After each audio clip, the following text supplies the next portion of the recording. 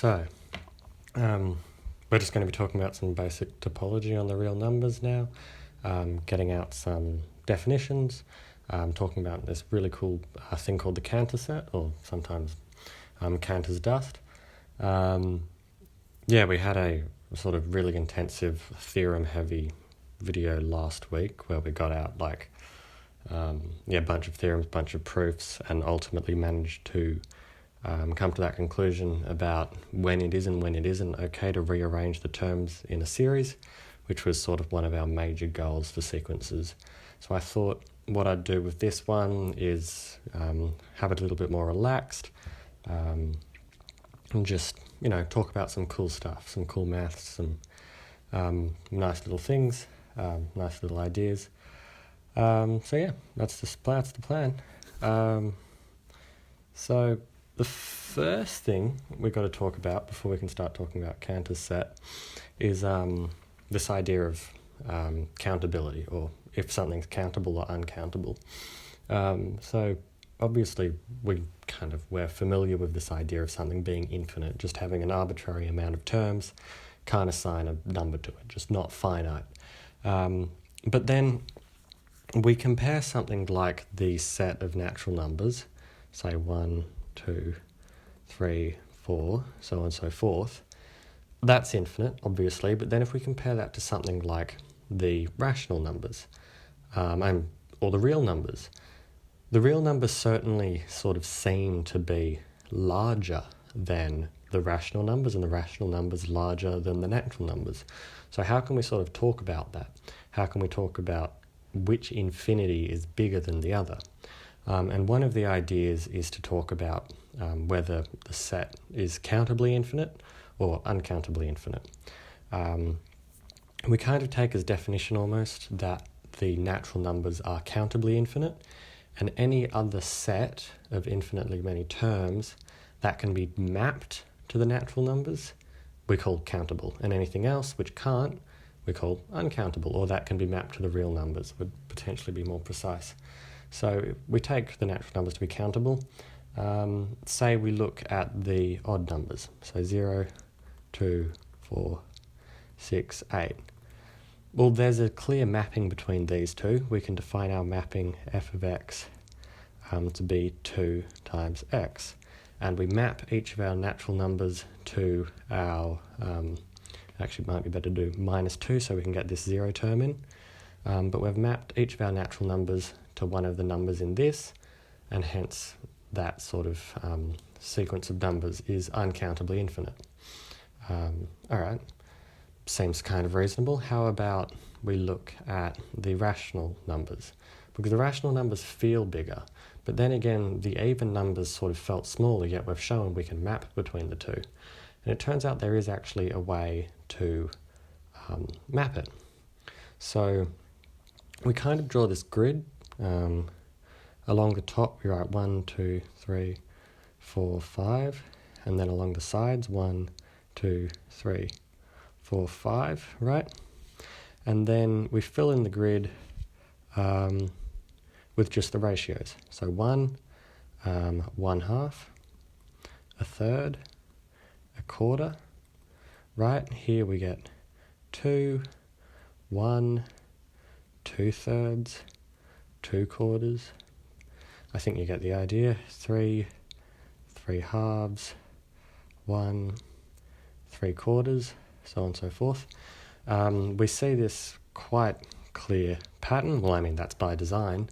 And then if we want to look at sort of some way of mapping it, we can't write out an explicit function, but we can certainly look at it like, there, it goes down, then across, then, down again, then up, and then down, up, up, and just and some pattern along those numbers.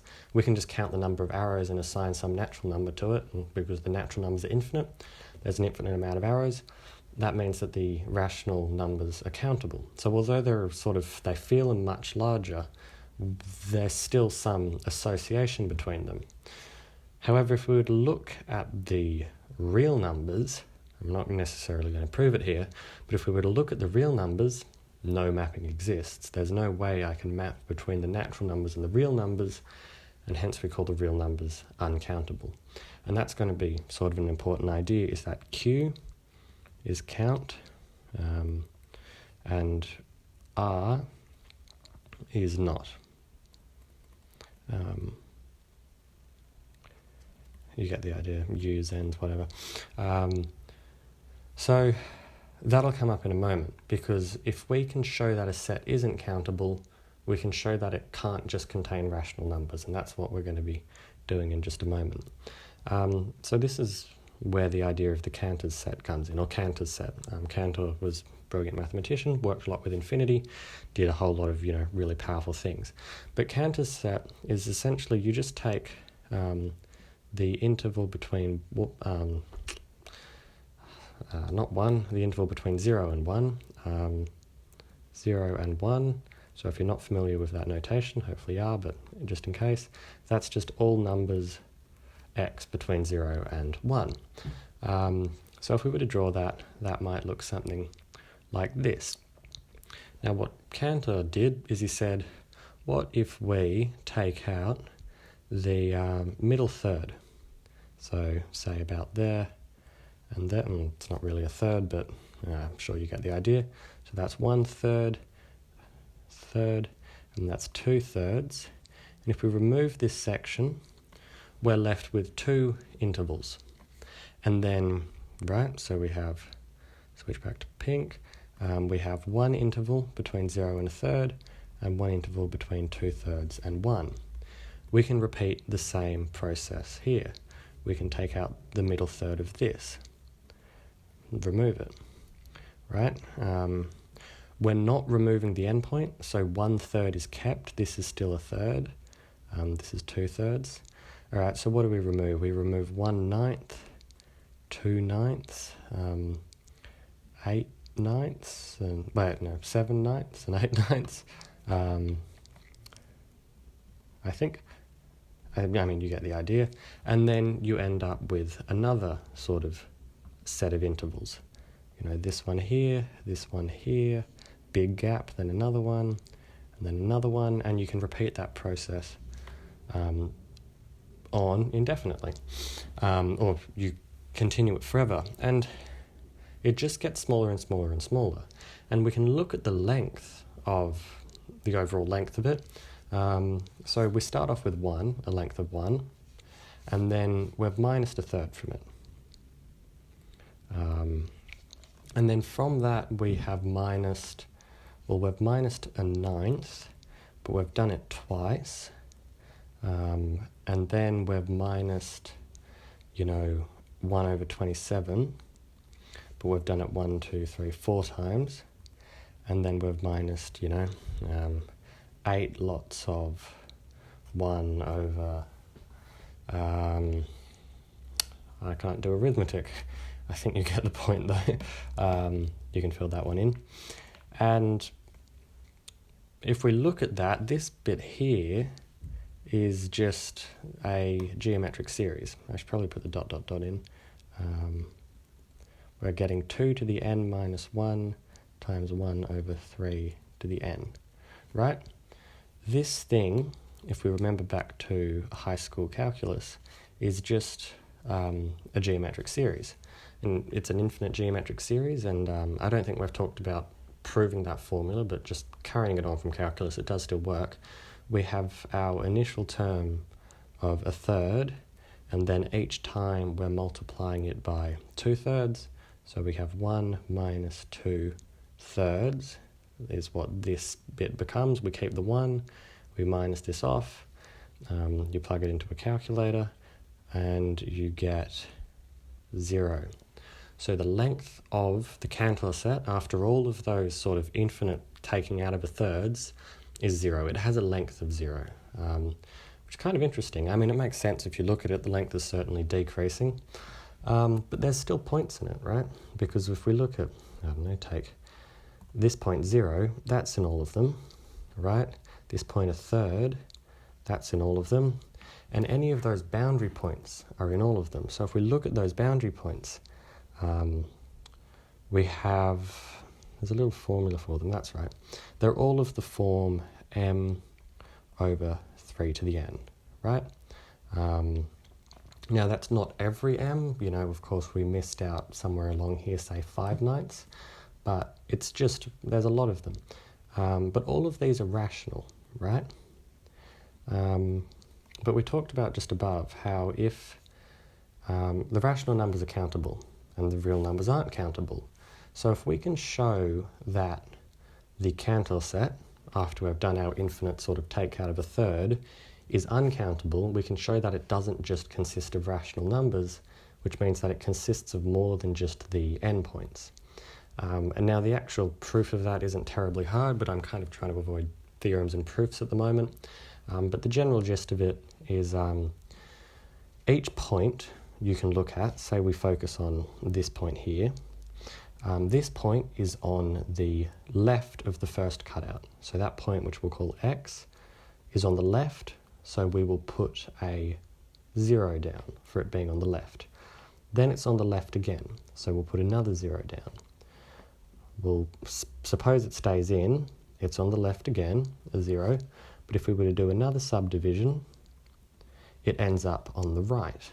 So, you know, left, left, left, right, maybe it goes right again a few times and then left a few more times.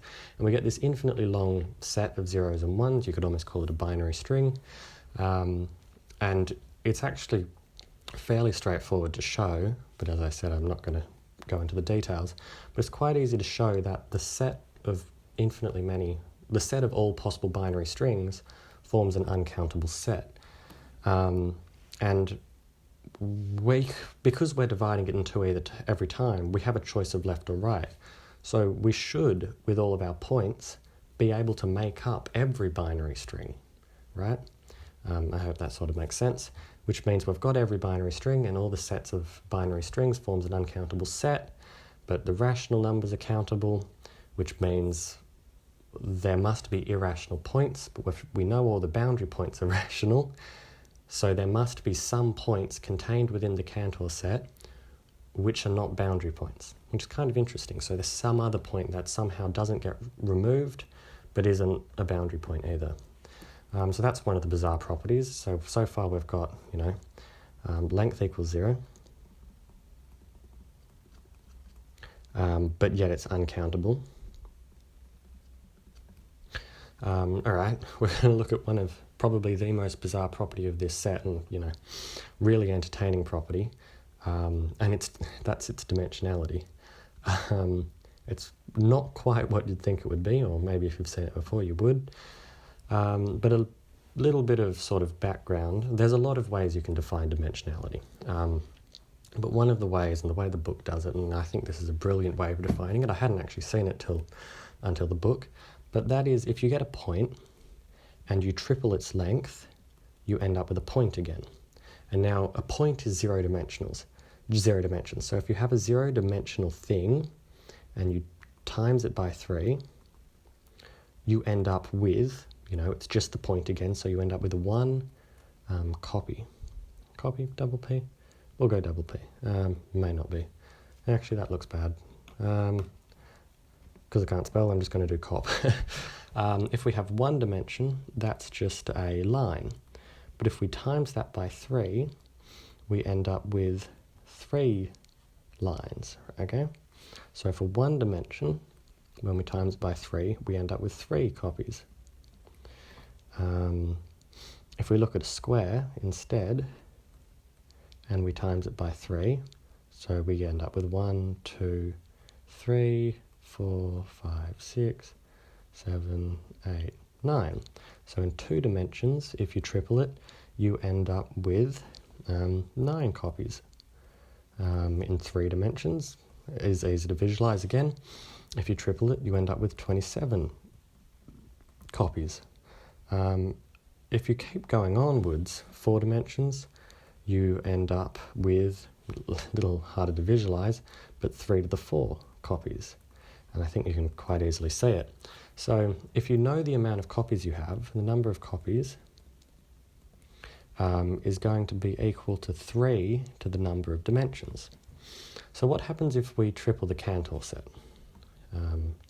under this definition of dimensionality, originally the Cantor set runs between 0 and 1.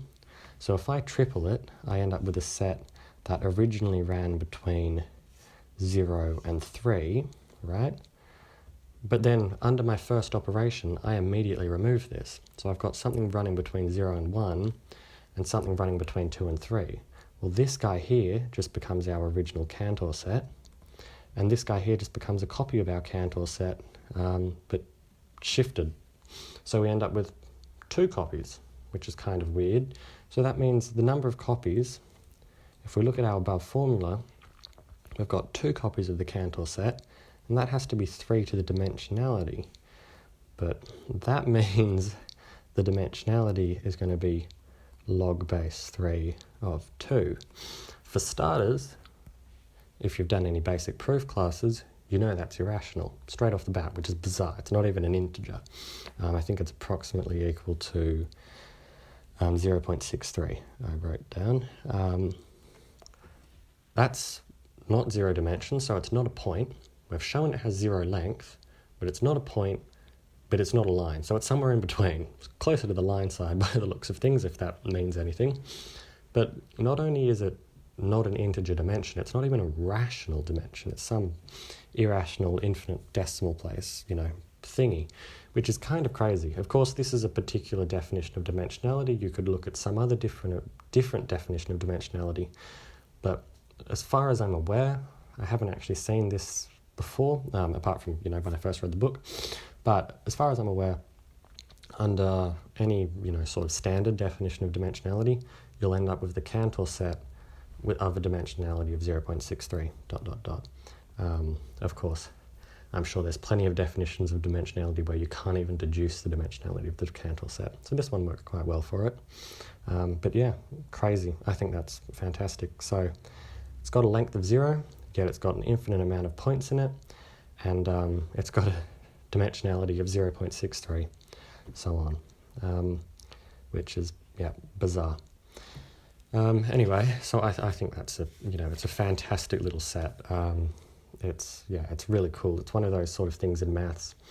Sometimes we get ourselves all caught up behind proofs and theorems and stuff like that, but I mean, the idea of pure maths is really just sort of strange form of entertainment. It doesn't really apply itself anywhere, otherwise, of course, you'd be doing applied maths. But yeah, so lovely, lovely set. But yeah, as I said, I think it's fantastic. Not really topology though. There are elements coming through, but we should, the aim of this sort of little section of videos, this and the next, is to talk about topology, so I should probably lay down some basic definitions in the remainder of the video, which is exactly what I'm going to do.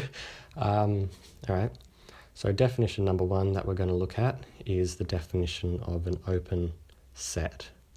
So on the real numbers, we're dealing with the real numbers. Say you've got 0 to 4, an open set, which is sometimes written in bracket notation like that.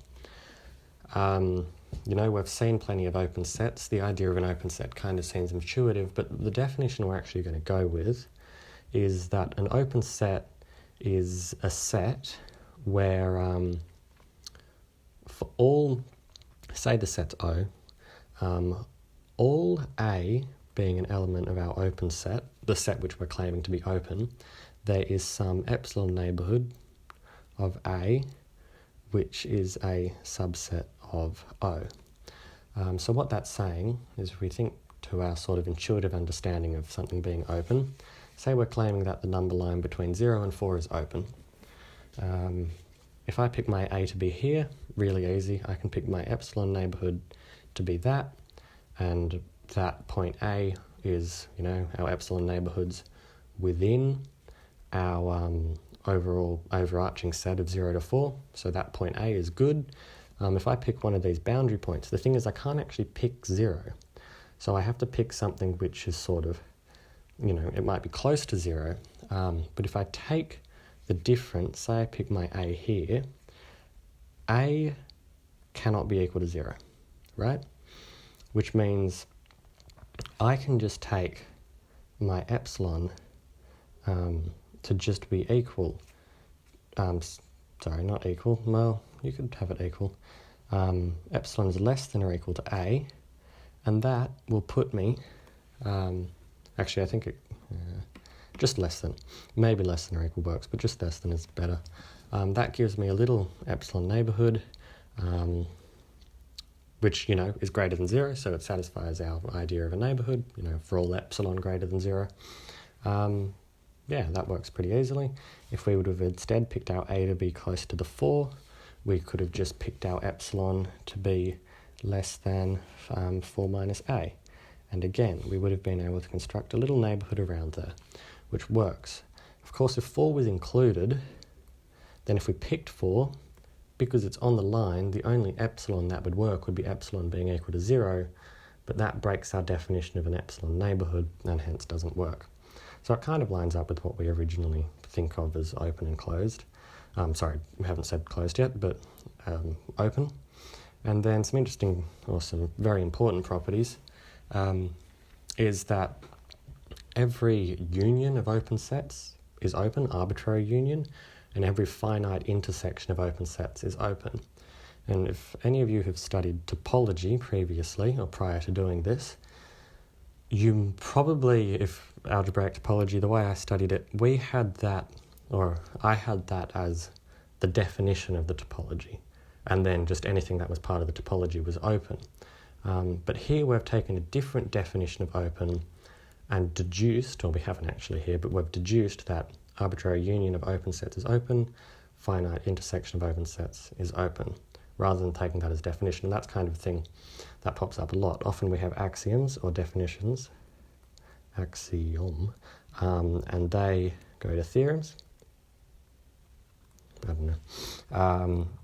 But oftentimes we can instead take the theorem to be our definition or our axiom, and then work backwards and get our axiom as a theorem. So we don't have to pick one over the other. In this case, we've decided to pick, this is our definition. I haven't really written it out properly, but you get the idea.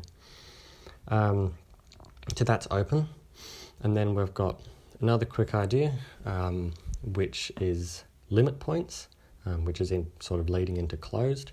So a limit point is quite basically just defined as being a point, what should we call it, X.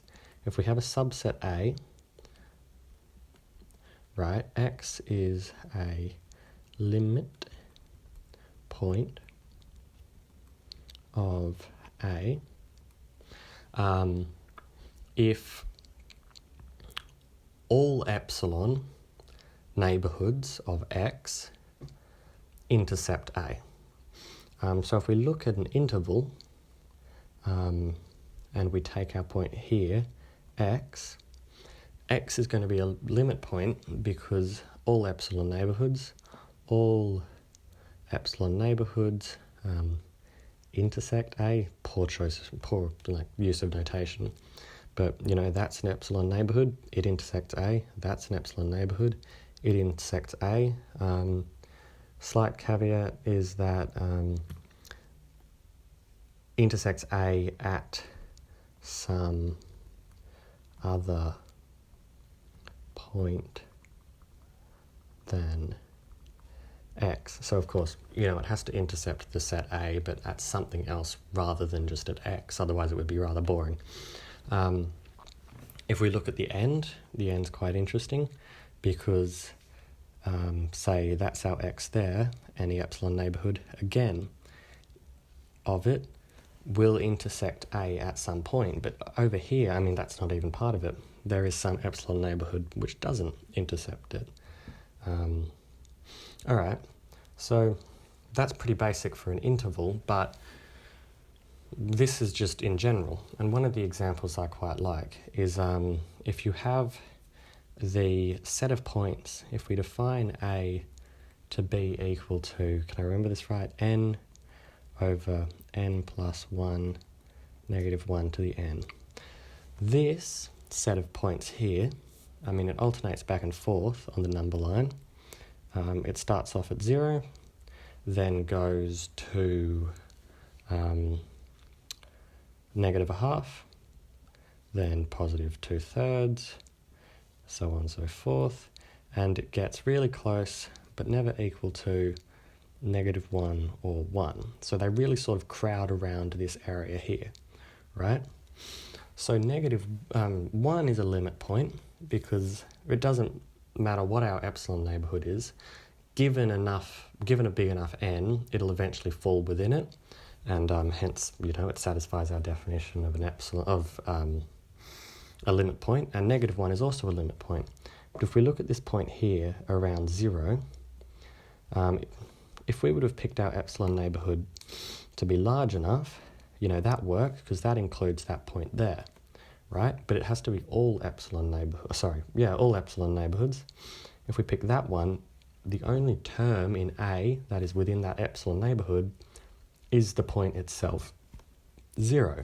And it has to be some other point than 0 or x or whatever it may be. So that means 0 isn't a limit point.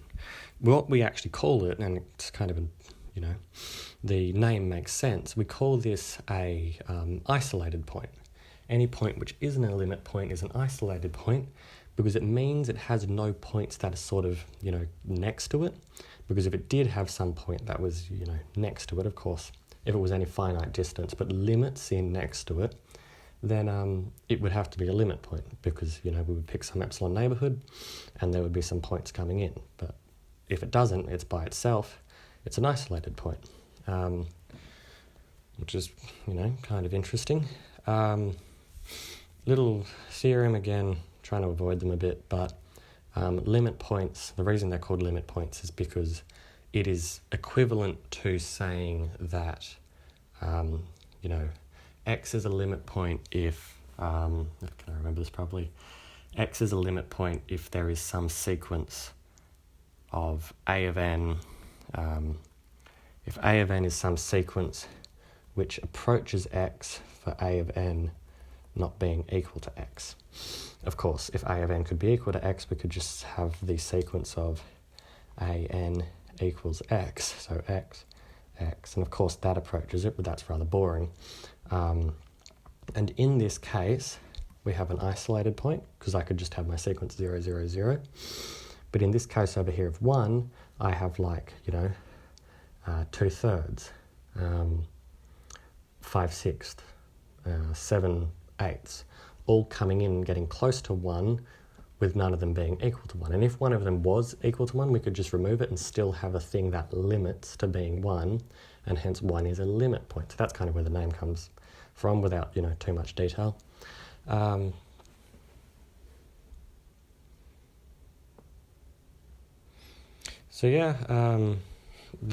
reason I said that is because quite simply, an open set was one which we could construct an epsilon neighbourhood around all points of it, which would be a subset of that open set. A closed set is, kind of the opposite of an open set. But the way we're going to define a closed set is that a closed set contains all of its limiting points. If we were to look at our example of an interval, I've kind of lost it, I'll just draw it up again. If we were to look at our example of an interval between, say, 0 and 1, if it's closed, it contains 0 and 1. And of course, 0 and 1 were examples of limit points because our epsilon neighbourhood intersects all along here. But if it, so it contains all its limit points. But if it was open instead, then what we would have is 1 out here, which is again still a limit point, but it's not contained in it, so it doesn't contain all of its limit points and hence isn't closed. So it kind of appears, at least from what I'm saying, that a set is, either open or closed. And it's not exactly the case. There are sets which are both open and closed, namely the entire real numbers. But it turns out that open and closed are very closely related. O is open if, and if and only if, the complement of O is closed. So just if you're not too sure, 0 is like less than x, is less than 1 is open. The complement of that would be, negative infinity is less than x, is less than or equal to 0, in union with 1 is less than or equal to x, is less than infinity.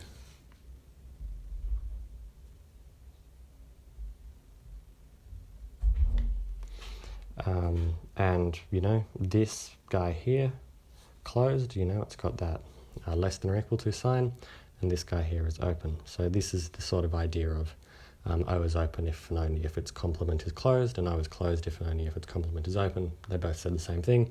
Great power of the if and only if statement. But yeah, you get the idea. So yeah, lines up with the English word for open and closed. It's either open or closed. Most of the time, as I mentioned before, there are a few sets, the empty set and the entire real numbers, which are both open and closed, I'm pretty sure, under the standard topology of R. But yeah, under usual circumstances, with most normal sounding sets, this works out. So yeah, that covers all of it. We looked at the Canter set and how it has no length, but still infinitely, uncountably many terms in it, and how it had a dimensionality of 0.63. Then we've looked at, the definition of open, limiting points, isolated points, and closed sets and stuff like that. So there's some handy definitions, which we'll be talking about next time when we sort of dive deeper into the topology of the real numbers. So yeah, hope you enjoyed. Thank you.